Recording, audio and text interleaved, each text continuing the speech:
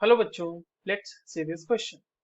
Assertion कह रहा है ethylidene chloride on treatment with aqueous KOH yield ethanol and reason कह रहा है ethylene dichloride is a gem dihalide. और ऑप्शंस कह रहे हैं कि पहला ऑप्शन तो कह रहा है कि both assertion and reason are true and reason is the correct explanation of assertion. दूसरा ऑप्शन कह रहा है कि both assertion and reason are true, but reason is not the correct explanation of assertion. Option third कह रहा है if assertion is true and reason is false, and option fourth कह रहा है कि assertion false है, reason true है।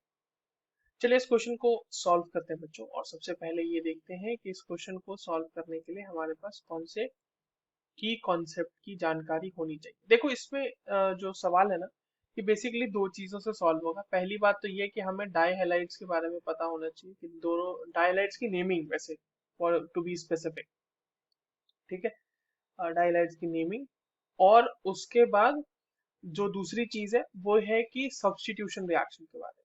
ठीक है, चलिए देख लेते हैं एक एक करके सब्स्टिट्यूशन रिएक्शन के बारे में, एक एक करके दोनों चीज। पहला असर्शन कह रहा है कि ethylidene chloride on treatment with aqueous KOH yield ethanol। ठीक है, तो अगर हम इथाइलिडीन क्लोराइड की बात करें, इथाइलिडीन इथाइलिडीन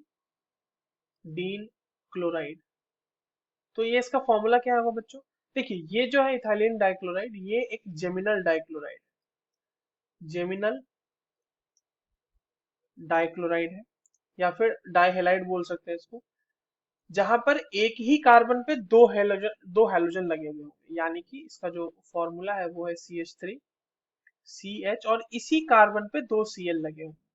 और जब हम इसका रिएक्शन एक्वस KOH से करा रहे हैं, तो क्या होगा कि दोनों जो Cl हैं वो सब्स्टिट्यूट हो जाएंगे OH से, और ये बन जाएगा इस तरीके से OH।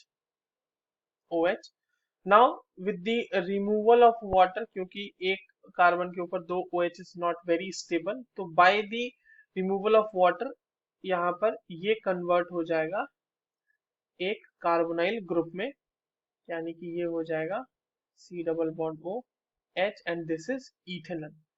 तो हमारा पहला स्टेटमेंट तो बिल्कुल सही है कि इथाइलिडीन जो है वो रिएक्शन करता है एक्वस KOH के साथ और इथेनॉल देता है। तो एसर्शन तो हमारा सही है। रीजन क्या कह रहा है कि ethylene dichloride is a geminal dihalide. अब देखिए यहाँ पे इथाइलिन डाइक्लोराइड की बात की जा रही है, तो इथाइलिन डाइक्लोराइड क्या होगा?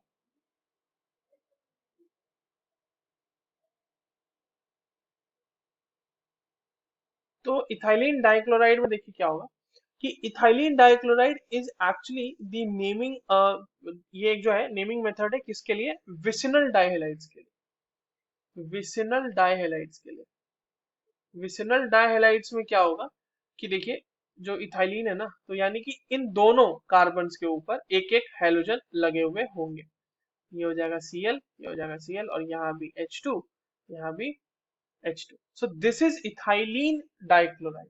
ठीक है, ये एक विसिनल डाइहैलाइड।